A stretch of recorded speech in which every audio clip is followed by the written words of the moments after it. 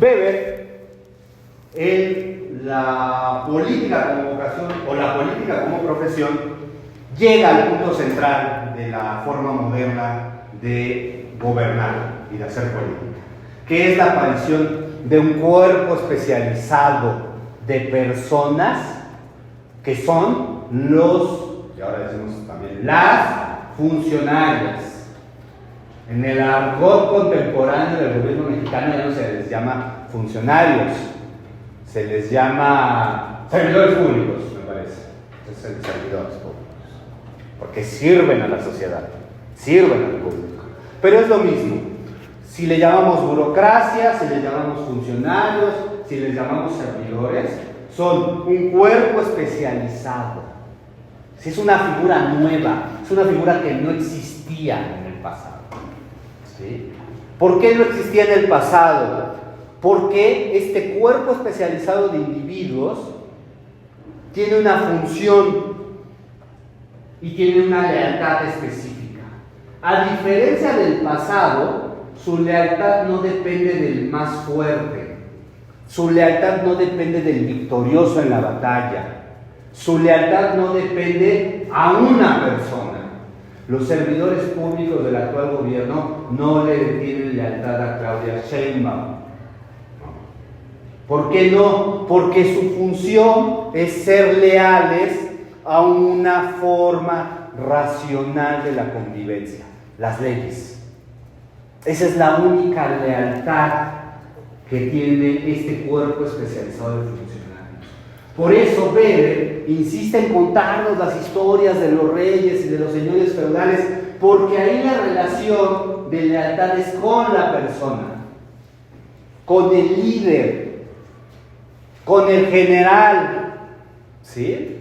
¿Cómo se le llamó en la Revolución Mexicana a estos personajes que expresaban en un momento de no existencia del Estado la autoridad? ¿Cómo se les llama? Caudillos. Los caudillos. ¿Quiénes eran los caudillos de la Revolución? Zapata, Francisco Villa. Francisco Madero. Bueno, ese se lo echan rápido, ¿no? Ese no llega todavía. Él no llega a dirigir ejércitos. Álvaro Obregón, Villa, Carranza. Todos estos caudillos son la autoridad personificada porque dejan de funcionar esto. La Revolución Mexicana es un gran ejemplo de cómo esto deja de funcionar, y entonces son las personas a cargo de los ejércitos los que expresan la autoridad. Carismática, Villa; legal, Carranza; tradicional, Zapata. Ahí está Weber. Revolución Mexicana desde Weber. ¿Por qué Zapata tradicional? Porque la Asamblea de los Pueblos de Morelos designa a Zapata como el líder. Es la tradición, no es la ley, es la tradición. ¿Por qué el carisma de Villa? Pues porque era un tipo que arrastraba a las masas tras de sí.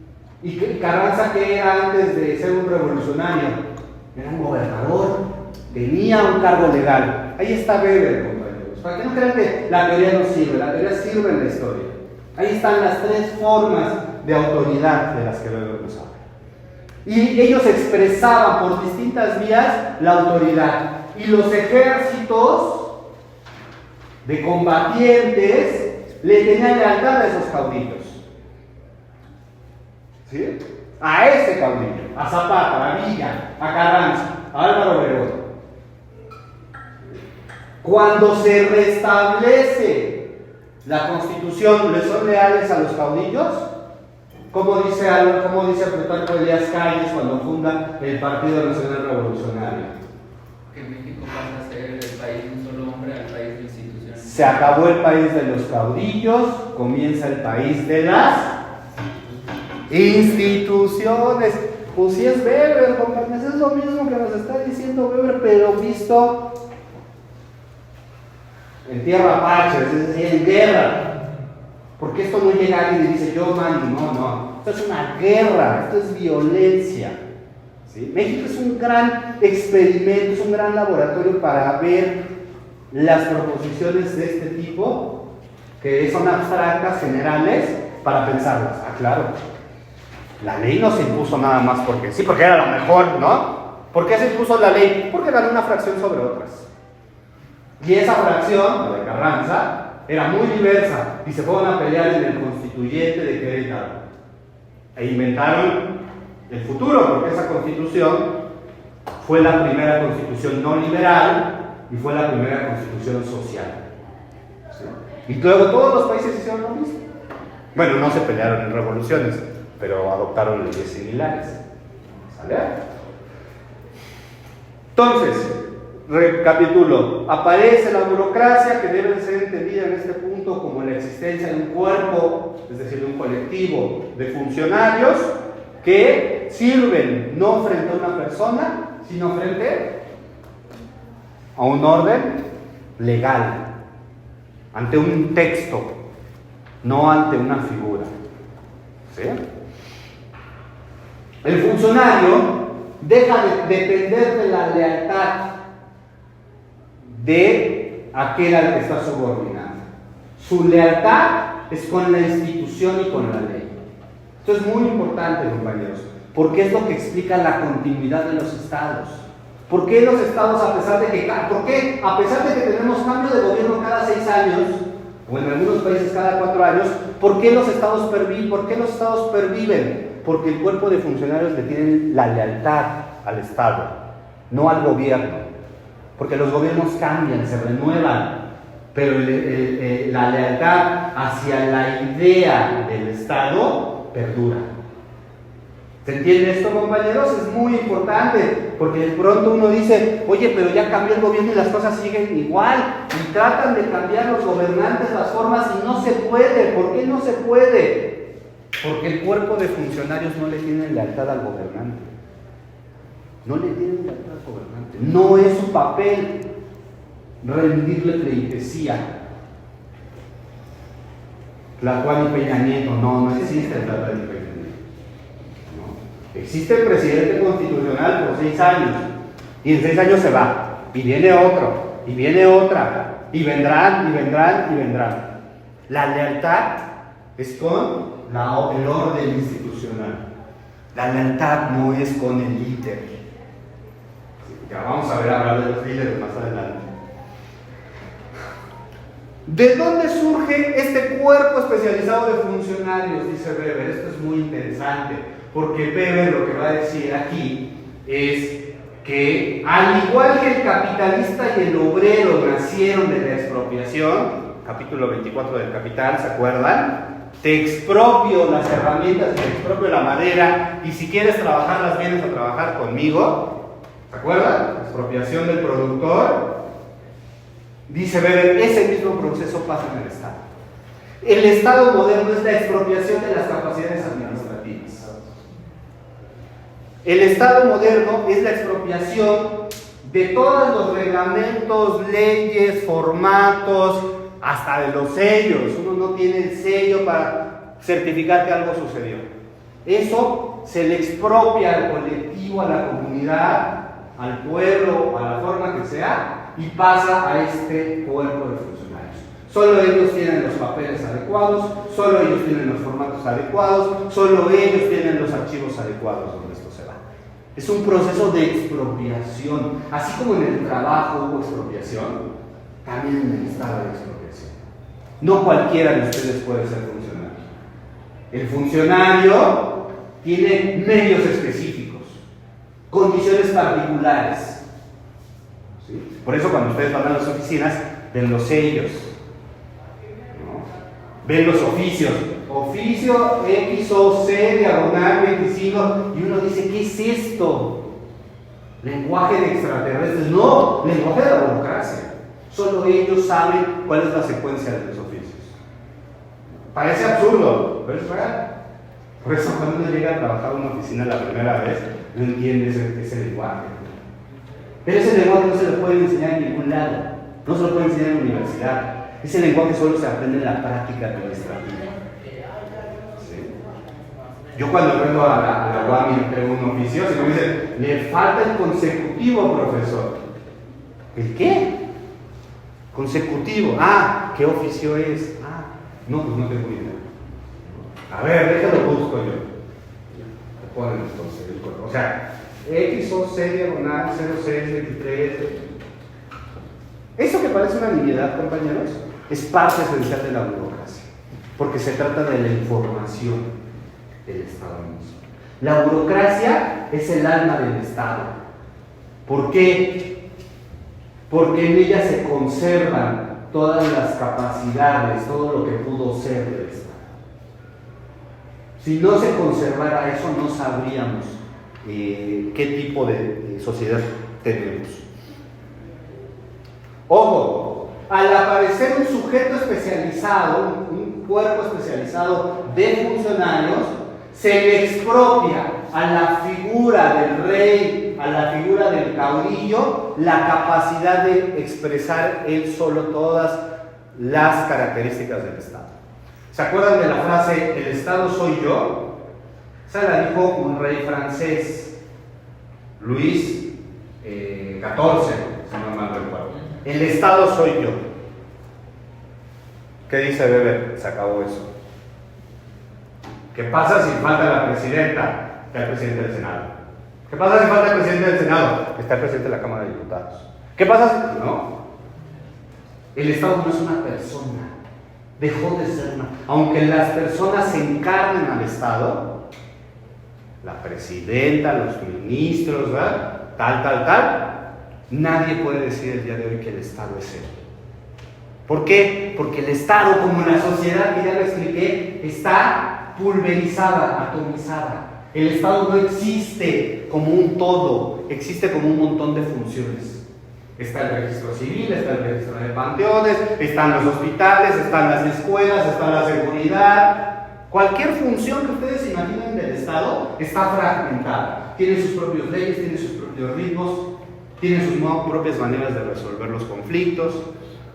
El Estado es un fragmento en realidad también. Eso es lo que nos está diciendo Weber. La aparición del cuerpo especializado hace que las funciones particulares del Estado no sean una sola, sino que se encuentran regadas con la sociedad. ¿Sí? La manera administrativa de los hospitales es diferente a la manera administrativa de las escuelas. La de las escuelas es distinta a la de las cárceles, aunque haya escuelas que parezcan cárceles. Se manejan distintas. Son muy distintas. ¿Por qué? Porque si la sociedad está atomizada, como nos dijo Weber en la ciencia como vocación, el Estado está atomizado también. Por eso desconfíen mucho de cualquier discurso político que diga, el Estado nos quiere sumisos. No, el Estado no existe, el Estado no es una persona. El Estado nos quiere reprimir. No, el Estado no es un sujeto. El Estado mismo está fragmentado. Ese leviatán que imaginó Hobbes en realidad no existe. Lo que existen son pequeñas grandes funciones muy importantes, todas dispersas. Por eso uno dice, ¿por qué no hay una política de Estado en seguridad? ¿Por qué no hay una política de Estado en seguridad? Porque está fragmentada del resto. Porque una cosa es la seguridad, otra es la educación, otra es la salud, otras son las cárceles, otras son los jueces, otro está disperso, disgregado, aunque le llamemos Estado. Y aunque digamos que es uno, compañero. Bueno, es que técnicamente el Estado se supone que lo conforman cuatro entidades, por así decirlo, que son el territorio, lo que es las personas que viven dentro de la población, la soberanía y el gobierno. Entonces, en este punto jamás precisamente Weber podría llegar a esta. Weber también trata de explicar esto que pues si no hay uno de ellos, pues no podría ser un Estado. Técnicamente estaríamos en otro tipo de función. Otro tipo de organización social. Otro tipo de organización social. Y pues también hablando de la burocracia, pues él dice que precisamente es de las mejores formas que se pudo haber organizado una sociedad, porque le está dando una división totalmente de trabajo a cada persona. Exactamente. Está totalmente en todos lados. Exactamente. El Estado puede estar presente en la sociedad porque está atomizado. Si el Estado fuera una persona, ¿podría estar esa persona en todos lados? No, ¿verdad? ¿Podría una persona ser al mismo tiempo médico, carcelero y profesor? No, no podría. ¿Qué necesita? Cuerpos especializados que atiendan las cosas específicas. Eso es la burocracia. El cuerpo específico que entiende los problemas de salud, los problemas de educación, los problemas de seguridad. Porque una sola persona no puede tener toda la información. No puede tener todas las respuestas. Tiene que ir a preguntar a los que se enfrentan con el problema. ¿Cómo resolvemos esto? Situaciones normales. Todos los días hay educación, todos los días hay salud. Situaciones anormales. Pues de repente hay un temblor, ¿no? También hay un cuerpo especializado para eso, ¿verdad? Incluso para buscar a la gente abajo del... Hay un cuerpo. Ustedes lo pueden hacer solos. Pues no sabemos. El cuerpo especial. Esos personajes que están buscando a la gente abajo de los escombros son burocracia, de alguna manera sí, porque son un cuerpo especializado para cumplir una función y tienen formas específicas, reglas y leyes. No pueden hacer lo que quieran. ¿Sí? Tienen que seguir una serie de procedimientos establecidos. Toda institución es el establecimiento de procedimientos para atender problemas. ¿Sí? Y solo un cuerpo muy delimitado de gente conoce todas esas leyes y reglamentos. Bueno, queda claro que no hay un Estado omnipresente, no es un sujeto que piense, razone, mate. El Estado no mata. El Estado no mata, el Estado no reprime, el Estado no te da. ¿Sí? ¿Por qué? Porque en realidad lo que se enfrenta a la población es a cuerpos especializados que deben de cumplir una tarea. Compañero. Es que me acordé que hay una explicación que da Raymond Woods sobre el Estado moderno mexicano y ejemplifica que es como las dinámicas que ocurren entre la jerarquía política y los gobernados.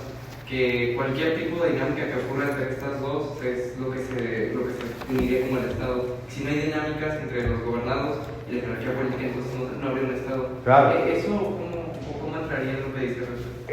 Lo que entraría porque la población, que son los gobernados, y la élite gobernante, necesita mediaciones. El gobernante no va y pregunta a cada uno de nosotros.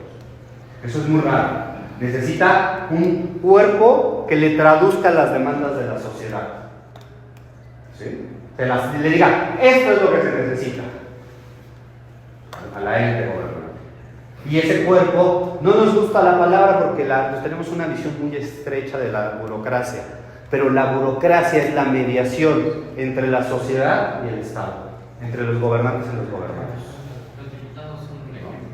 Los diputados son un ejemplo que debería de funcionar como mediación, pero también se han separado mucho de la sociedad. De los gobernados. Sí. Ustedes cuando tienen un problema, acuden a una forma de mediación. Si tienen un problema laboral, hay formas de mediación específica. Si ustedes tienen un problema laboral, hay leyes, reglamentos y procedimientos para dirimir su conflicto laboral. ¿Qué es eso? Burocracia.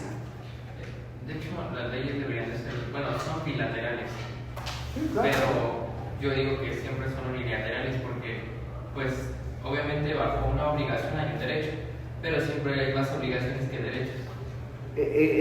Como dice Marx, cuando hay dos derechos iguales, bilateral, Sí, se impone el fuerte. Se impone el fuerte, sí. Se impone el fuerte. Ese es un tema que Weber no alcanza a ver porque lo está planteando solo en la generalidad, que es la burocracia no es una pesadilla. La burocracia es la manera en que sobrevive un mundo disgregado y disperso. Porque si estuviéramos todos arrojados como individuos, no tendríamos manera de resolver nuestros problemas colectivos. La burocracia debería, en su calidad de cuerpo especializado, de contribuir a resolver los problemas que individualmente se vuelven colectivos. ¿Sí? Hay una visión muy negativa de la burocracia, pero la burocracia es una instancia fundamental del mundo moderno. ¿Cuál es ese mundo moderno? El mundo individual, donde cada quien ve por lo suyo. Pero en ese mundo individual, en un punto hay problemas colectivos. Cuando le falta el agua a la colonia, no le falta nada más a uno, ¿verdad? Le falta a toda la colonia. Cuando se va la luz, no se le va la luz nada más a los ricos o a los pobres, se va la luz. ¿No? ¿Qué es ese cuerpo especializado que tiene procedimientos para atender el agua, la luz? La burocracia.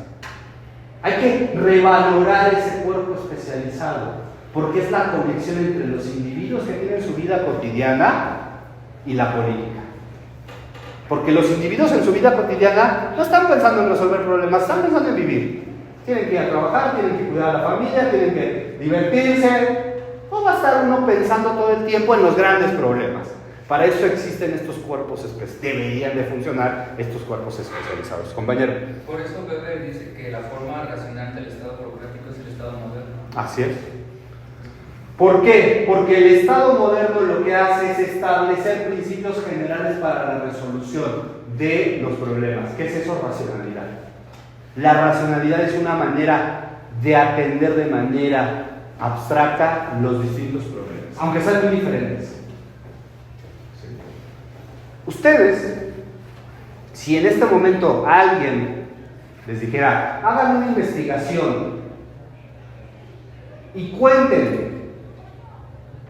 los artículos de la Constitución y las leyes operativas o leyes secundarias de los artículos de la Constitución y de las leyes secundarias, las normas y procedimientos, no acabarían.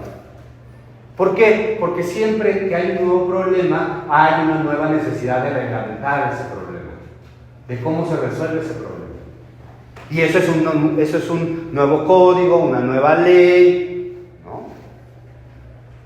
Problemas que no existían hace un siglo, problemas que no existían hace 10 años, el día de hoy existen una serie de códigos y procedimientos, reglamentos para atender ese problema. Ejemplo, hace 20 años no existían los vapeadores. Un problema nuevo. Es un problema nuevo. El día de hoy se reglamentó para prohibir su exportación. Hay una serie de reglamentos y procedimientos para atender ese problema. Ese reglamento y esos procedimientos no existían. ¿Sí? Ejemplo, en las universidades. Hace 30 años todos cobraban en efectivo. Después, hace 20, todos cobraban en cheque. Hoy casi todos cobran en transferencia, los trabajadores. Quiere decir que una función especializada va a desaparecer. ¿Y cuál es el conflicto laboral con los sindicatos? Oye, no desaparezcas esa función especializada. Hay reglamentos. Si ustedes escuchen el próximo febrero, tómense por pura sociedad a escuchar las negociaciones contractuales, que son las más inmediatas entre la UAM, su universidad, y el sindicato. Y lo que van a encontrar, el CITOAM y la institución. Y lo que van a encontrar es un lenguaje burocrático. Normas, procedimientos, manuales. Eso es lo que se discute en las organizaciones sindicales. Eso es lo que se discute. ¿Qué es lo que está? Se burocratizó el conflicto. El conflicto de la sociedad pasó a este terreno de lo racional. ¿Qué pasa cuando hay una nueva tecnología que se mete a los instrumentos de trabajo? Hay que reglamentar su uso. ¿Y eso qué significa? Que escribir procedimientos. Ustedes tienen un reglamento de alumnas y de alumnos. Hay un reglamento. Hay un reglamento de inscripciones. Que no nada más uno se inscribe y ya, no, hay un reglamento. Y les apuesto que no lo conocen. Porque ¿quién debe de conocer ese reglamento? El burócrata que te inscribe, ¿no? El cuerpo especializado que cumple esa función. ¿Se entiende esto, compañeros? Esto es muy importante, porque entonces le quita al Estado esta visión de pura violencia y nos mete al verdadero corazón del Estado, que es la permanente racionalización de sus procesos. El Estado es la racionalización de la vida, la organización por medio de reglamentos de la vida. ¿Vale? Weber, al final no al final, en medio de este gran discurso que da, se mete, y solamente quiero decir dos cosas más.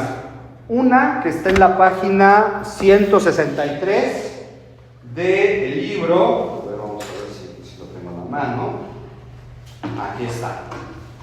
¿Quiere leerlo, compañera? La primera parte, las primeras 5 líneas. La de Yo le digo. el medio decisivo. Opuesta a esta situación.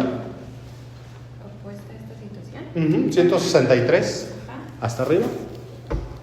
Ah, caray. A ver. Ah, caray, sí está. Sí está diferente.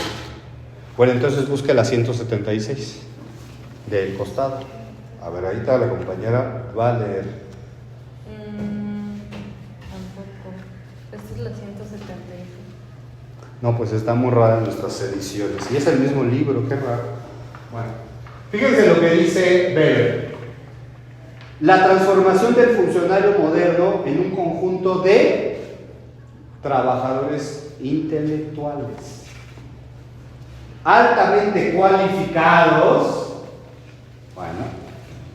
y especializados mediante una preparación de años con un honor corporativo muy desarrollado en beneficio de la integridad, sin el cual se cernería sobre nosotros como una fatalidad el peligro de una terrible corrupción y de una brutal incompetencia, e incluso estaría amenazado el rendimiento técnico del aparato estatal, cuya significación para la economía ha estado en aumento continuamente y lo continuará haciendo, especialmente con el aumento de las nacionalizaciones.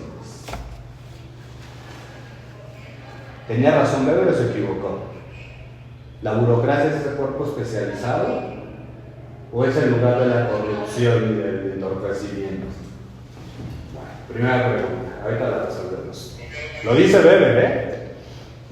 Segunda, mañana que hablemos de el líder político va a aparecer el concepto de pasión.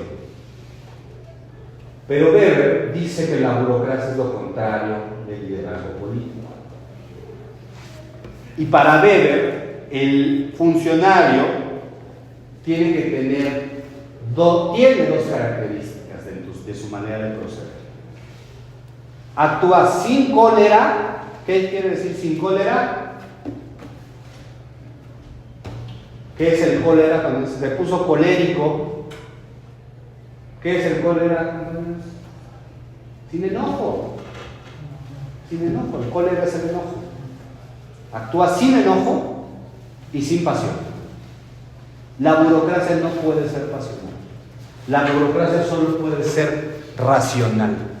Porque si la burocracia es pasional, no es burocracia. Entra al reino de las preferencias individuales.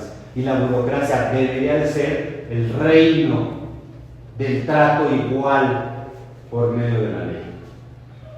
De cualquiera de las formas de la ley. Desde reglamentos hasta normas, hasta constitución. El burócrata tiene que actuar sin cólera, sin enojo, con distancia y sin pasión. Cumple su tarea solamente. Por eso es tan bonito este texto de Weber, porque lo que sigue, lo que vamos a ver mañana, aunque el texto está revuelto, es el reino de las pasiones. El reino del liderazgo político. Pero eso lo vemos mañana. Quedémonos con la burocracia el día de hoy.